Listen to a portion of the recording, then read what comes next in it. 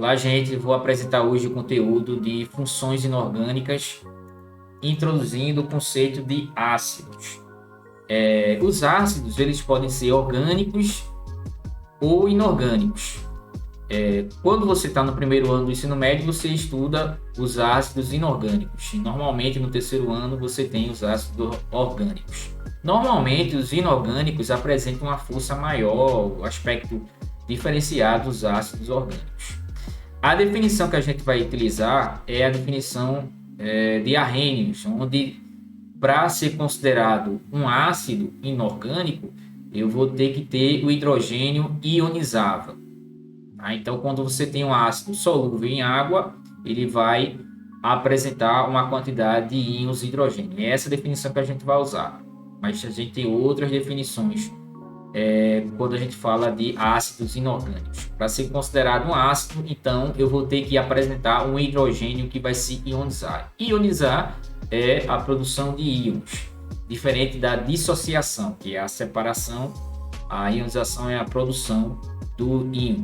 Então, para ser considerado uma substância ácida, eu vou ter que ter o hidrogênio ionizável. Se você observar nessas quatro reações aqui, são ionizações dos ácidos. HCl, quando colocado em água, ele vai se ionizar, produzir o H+, que é o íon responsável pela acidez, e o Cl-.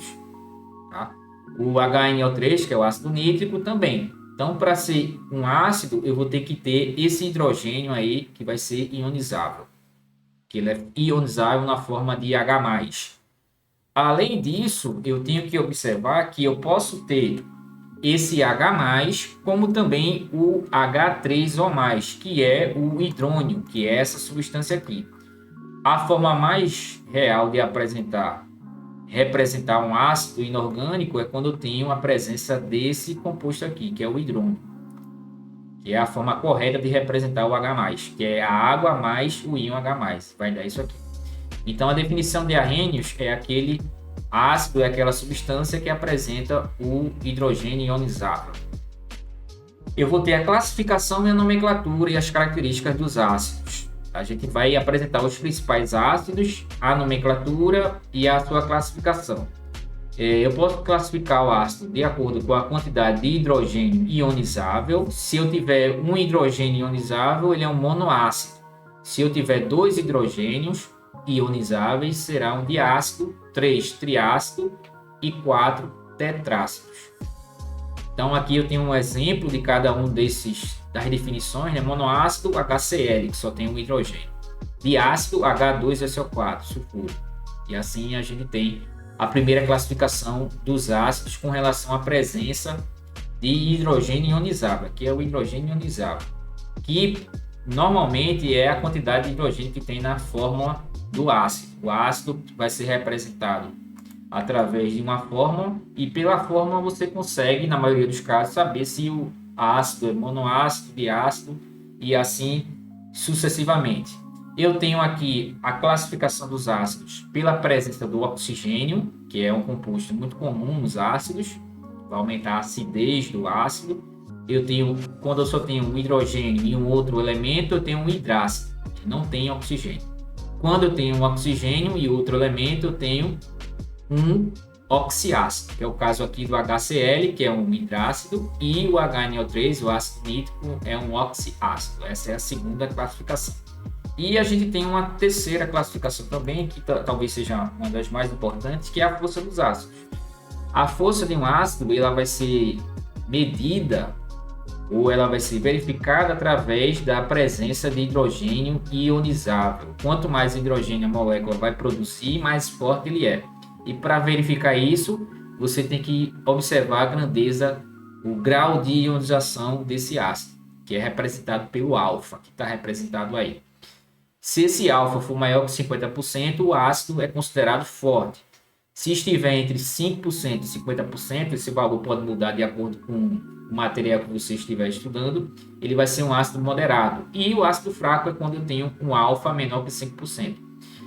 Normalmente, esses valores aí, eles são calculados, mas também você já sabe quando você está estudando os ácidos. Então, você Tem, por exemplo, o ácido carbônico, que é o H2CO3, ele é um ácido fraco. Ele está presente aqui no ar, em qualquer sistema que tenha água, ele vai estar presente. Em gás carbônico, você tem esse daqui, é um ácido fraco. O ácido forte, a gente tem um exemplo do HCl, que é o ácido clorídrico, o ácido sulfúrico, e o moderado também. Esses ácidos sempre apresentam, sempre estão presentes aí, sempre caem em prova, então esses ácidos aí são um conhecimento bastante comum aí das provas, tá? Dos livros também dão esses exemplos com ácido, como exemplo de ácido forte, fraco e moderado, tá? Então você tem que saber as características desses principais ácidos para a sua vida, e também quem for fazer a prova Enem, prova do vestibular, tem que saber desses detalhes aí, que é um ácido fraco, forte e moderado.